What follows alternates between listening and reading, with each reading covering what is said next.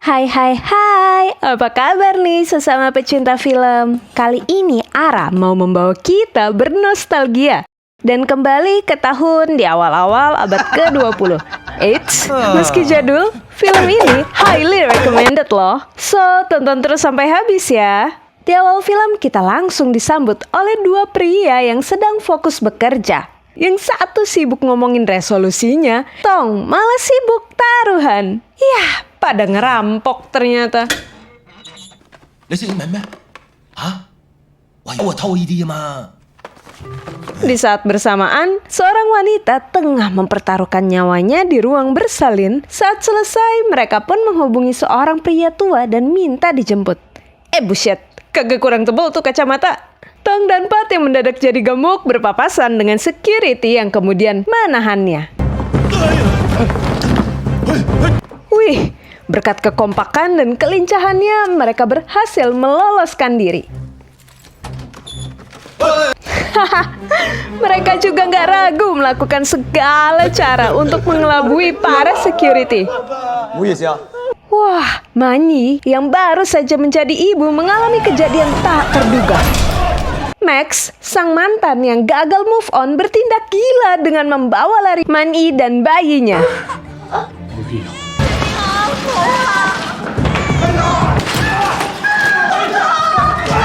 Tapi berkat kejadian itu, dua pencuri ini bisa melenggang pergi karena perhatian seluruh rumah sakit terpusat untuk menghentikan Max.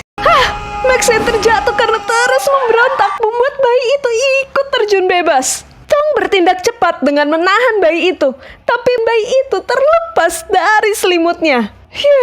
Untung para dokter sempat menangkap si bayi. Para security auto berterima kasih tanpa menyadari kalau mereka adalah pencuri. Wah. Tong dan Pat menjalani harinya dengan berfoya-foya. Tentunya sambil terus mengasah kemampuan ngebobol berangkas dan melakukan pekerjaan utama mereka. Tapi ya gimana ya, namanya juga duit panas. Gampang diraih, gampang hilang. Sedangkan si bapak yang berperan sebagai perantara ke pasar gelap dengan telaten mengumpulkan uang hasil kerja mereka. Tong yang kalah dan kehabisan uang tak dapat membayar hutangnya dan berusaha kabur.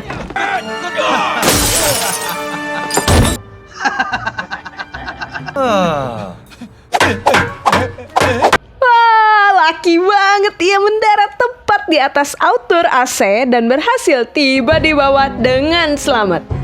Ada yang keberuntungannya habis nih, karena malah papasan sama inspektur polisi yang merupakan teman sekolahnya dulu. Si bapak bersahaja membayar uang jaminan sehingga Tong bisa keluar.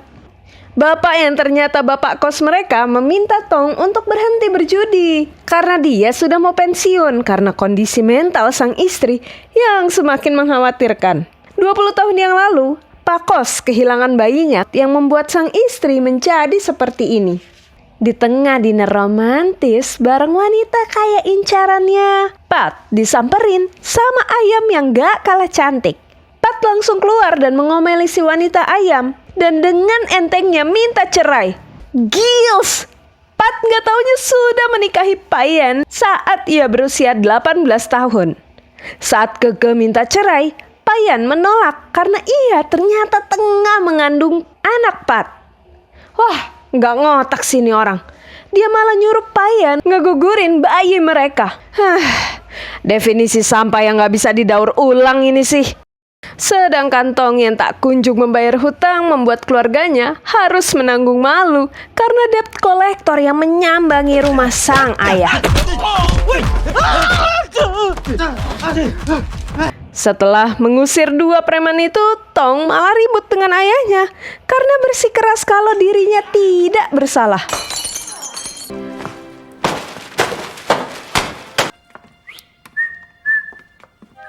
Wah, nasib Pak Kos gak kalah kacau. Simpanan yang ia jaga sepenuh hati raib begitu saja karena ia kerampokan.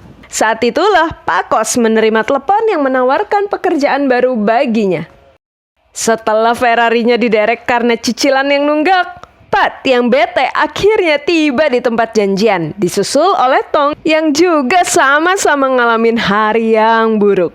Dua anak yang ribut ini auto sumringah saat Pak Kos nyebutin nominal yang akan mereka terima. Tong Pat yang terbiasa bekerja berdua kini memasuki rumah itu bareng Pak Kos yang tumben-tumbenan minta ngikut. Wah, kompak sih mereka. Tapi don't try this at home ya guys. Daripada ngerampok, mending lakuin hal yang lebih berfaedah. Seperti subscribe Lara misalnya. Itu kan Manyi, mamah muda yang bayinya pernah ditolong mereka. Loh, saat Tong Pat sedang mencoba mencerna situasi di hadapan mereka, Pak Kos bergegas membawa kabur bayi dan dengan ceroboh membuat alarm menyala. Tong Pat kompak protes sama Pak Kos, mengabaikan omongan Pak Kos yang bilang mau ngasih bayi itu ke kakeknya. Tong bahkan berniat mengembalikan bayi itu kembali ke ibunya. Saat Pak Kos akhirnya menceritakan perampokan yang dialaminya, dua anak yang gak tega ini akhirnya masuk ke mobil dan menolong Pak Kos. Di jalan mereka terlibat balapan dengan mobil yang ternyata dibawa oleh paman yang ngasih kerjaan ke mereka.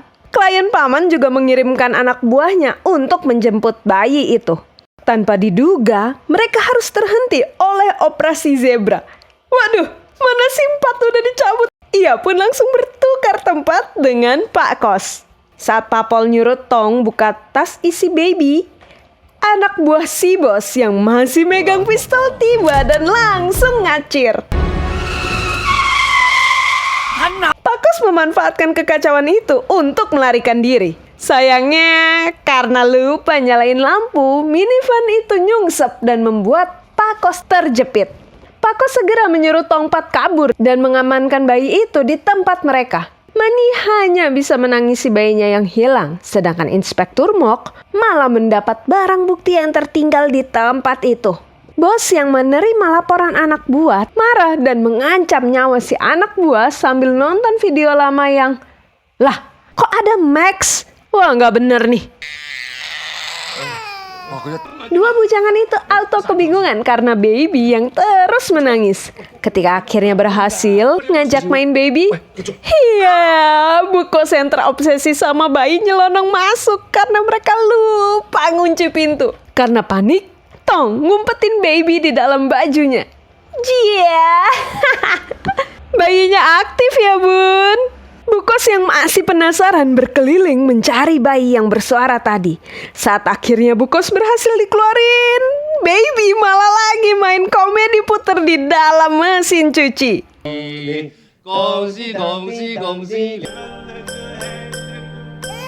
Di penjara, Pak Kos menyadari bahwa baby merupakan bayi dari pasangan kaya raya, sehingga Pak Kos mewanti-wanti mereka untuk menjaga baik-baik bayi itu sampai Pak Kos keluar penjara. Kacau banget, astaga. Tong Pat diajari oleh ibu kasir yang salah paham sama hubungan tiga human ini. Barang-barang yang dibeli juga ngasal banget dong. Mulai dari popok yang kegedean, susu pembesar payudara, sampai pembalut wanita. Dari sana mereka langsung menuju ke tempat berlatih bagi para bumil dan masuk ke kelas yang berbeda. Tong yang sudah kewalahan tanpa ragu meminta pertolongan. Kayak gak asing nih instruktur. Wah, pas mereka pulang pun ketemu lagi nih. Pat yang melihat istrinya lagi jalan sama cowok lain langsung marah saat sang istri malah bilang kalau lagi jalan bareng ibu Pat dan mematikan sambungan. Weh, Bambang, kagak usah pakai marah deh. Tipe sampah yang bahkan gak bisa masuk kriteria daur ulang nih laki ya. Sedangkan Tong mendapat kabar dari adiknya kalau ayahnya masuk rumah sakit karena stroke. Tong kembali mendapat telepon. Pak Kos ngingetin untuk menjaga baik-baik si baby. Lah, ditinggal dibes dong. Teledornya gak ada obat sini makhluk ya. Beruntung Nona cantik yang merupakan perawat ini menjaga baby dan menunggu mereka datang. Tong Pat agaknya mulai banting setir dan mendalami peran mereka dalam menjaga baby. Duh, imutnya baby. Tong berterima kasih pada Melody yang mau menolong dan mengajari mereka cara merawat bayi. Wih, kayaknya keberadaan baby ngebawa perubahan besar ya. Tong yang mau judi auto batal berkat baby yang rewel. Dan Pat mulai mempedulikan istrinya. Paman yang menjadi penghubung Pakos sama bos kini menghadapi nasib mengerikan karena tak kunjung membawa baby ke hadapan bos. Dari pamanlah bos dapat melacak Tong Pat. Setelah menitipkan baby ke Melody, mereka berusaha melarikan diri dengan kreatif dari anak buah bos.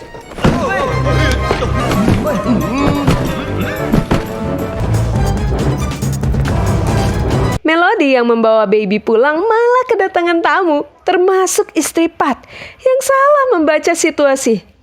Bah, rame nih. Pak Inspektur juga mampir segala. Nah loh, anak buah bos juga ngintil dan kepergok saat berusaha mengambil baby. Dan disinilah mereka berada. Pat berusaha merebut baby yang akhirnya ketahuan sama inspektur. Koreografi yang apik dan pemanfaatan barang-barang khas Jackie Chan pun dapat kita nikmati melalui usaha Tong yang hendak melarikan diri.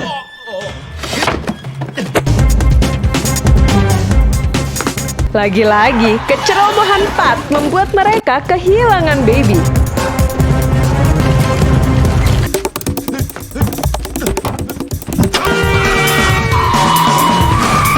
Si supir dan teman gantengnya malah salah paham sehingga membuat usaha Tong Pat mengambil bayi semakin sulit.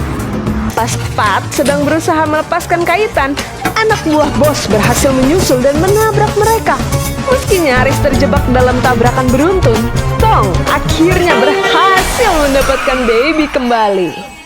Pak Kos yang baru bebas kini harus berhadapan langsung dengan bos. Karena tadi Pak Kos langsung dijemput oleh anak buahnya. Bos menjanjikan nominal yang jauh lebih besar yang tentunya tidak ditolak Pak Kos. Tong yang mengunjungi rumahnya akhirnya tahu kalau adik-adiknya berusaha menutupi hutangnya. Adik Tong yang akhirnya pulang memberitahu kalau baby demam. Tapi di tangga, Tong tidak dapat menahan tangis ketika menyaksikan ayah yang tertatih. Sebelum pergi, ia memohon maaf pada sang ayah dan menitipkan ayah kepada adiknya. Akhirnya baby turun demamnya. Ya, malah ketemu lagi sama McDaddy. Tong memberi saran bagi bayi McDaddy yang kena campak. Bahkan mereka sempat ngebahas diskonan baju bayi. Pakos langsung memberitahu kalau bos bersedia membayar 30 juta yen untuk bayi itu. Mulailah ini kayaknya Tong Pat. Apalagi pas Mani muncul di berita dan memohon agar bayinya dikembalikan. Duh, Bumil satu ini kasihan banget sih. Semangat ya, Payan. Pat akhirnya menelepon sang istri untuk meminta maaf karena selama ini tidak bisa menjadi suami yang baik. Pakos yang udah lama gak ketemu Bu Kos malah memanggilnya ke rumah sakit dan memberi kejutan yang mengharukan.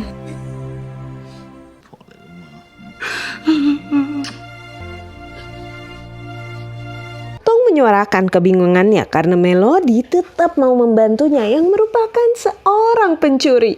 Melody berkata kalau sejak pertemuan pertama mereka, ia yakin dan percaya kalau Tong adalah orang baik.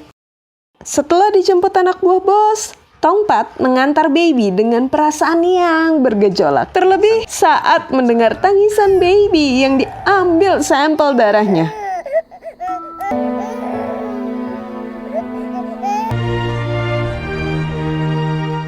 Pak Kos yang telah menerima uang mengajak mereka pergi, tapi tepat saat pintu gerbang hampir tertutup, Tong dan Pat akhirnya bertindak. Sayangnya Pak Kos malah meninggalkan mereka sehingga Tong Pat kini terjebak dalam taman bermain milik bos. Mereka berjuang sekuat tenaga untuk kabur dari kejaran anak buah bos.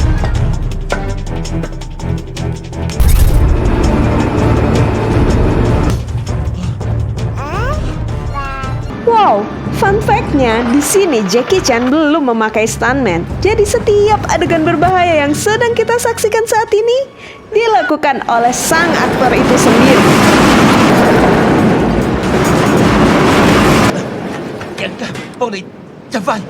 Aksi kabur Tong mau tak mau terhenti karena Pat ditawan oleh anak buah bos. Baby pun akhirnya jatuh ke tangan bos yang menyuruh Tong Pat pergi. Bos ternyata mulai kehilangan akal sehatnya ketika Max, anak tunggal kesayangannya, meninggal. Bos sudah membangun taman bermain untuk sang anak, bahkan sirkuit balap yang saat ini masih dalam tahap pengerjaan. Saat itulah hasil tes DNA Baby tiba. Tanpa banyak bicara, bos langsung membawa Baby menemui anaknya. Ya salam, Baby juga bukan anak Max. Bos malah keluar sendiri sambil meracau. Ambil anak itu bersamamu. Sepeninggal bos, Tong Pat yang berniat mengambil bayi itu kembali kini harus berhadapan dengan dua penjaga bos yang cukup tangguh. Mereka berpacu dengan waktu karena Baby yang kedinginan di dalam lemari pendingin raksasa itu. Tunggu Jin, kita lawan. Terlebih kini suara tangis Baby tidak lagi terdengar. Saking serunya menangkis serangan si putih, 4 orang itu kini terjebak karena mekanisme pintu yang tidak bisa dibuka dari dalam. Wah, ada Inspektur Mok dan Pak Kos.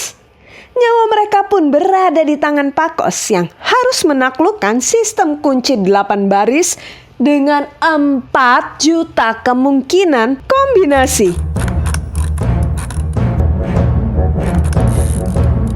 Wih, keren! Pak Kos berhasil membuka pintu rumit itu. Ya, tapi Baby sudah berhenti bernapas. Mencoba meniru film yang pernah mereka tonton, Tong nekat melakukan tindakan ini.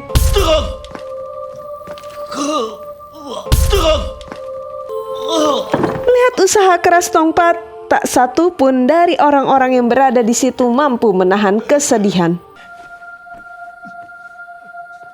Tong Pat berusaha mengejar ambulans yang membawa Baby. Namun, tubuh Tong pada akhirnya menyerah. Di penjara, Pak Kos memohon maaf pada sang istri. Begitu pula dengan Pat yang kini menyesali perbuatan brengseknya. Tong juga akhirnya memohon maaf pada sang ayah dan mengakui kesalahannya, yakni kecanduan berjudi. Mereka pun tumbang saat peluru dilepaskan. Nah, kok ada MC-nya segala sih? Ada penonton juga lagi, pada santuy-santuy gitu. Ya, ternyata cuma lagi gimmick. Aduh, bikin shock aja sih. 3 orang yang sudah tobat ini tak bisa lebih bahagia lagi ketika Manyi dan keluarga mempekerjakan mereka. Wah, keren sih. Benar kan Ara bilang? Meski jadul, benar-benar highly recommended film yang satu ini. Manusia tentu tak lepas dari kesalahan. Tapi seperti kata Melody, tak ada kata terlambat untuk berubah. Tentunya selagi kita masih bernafas ya. So, live your life to the fullest. Dan teruslah berusaha menjadi pribadi yang lebih baik lagi tiap harinya ya. Dan terakhir, salam pecinta film.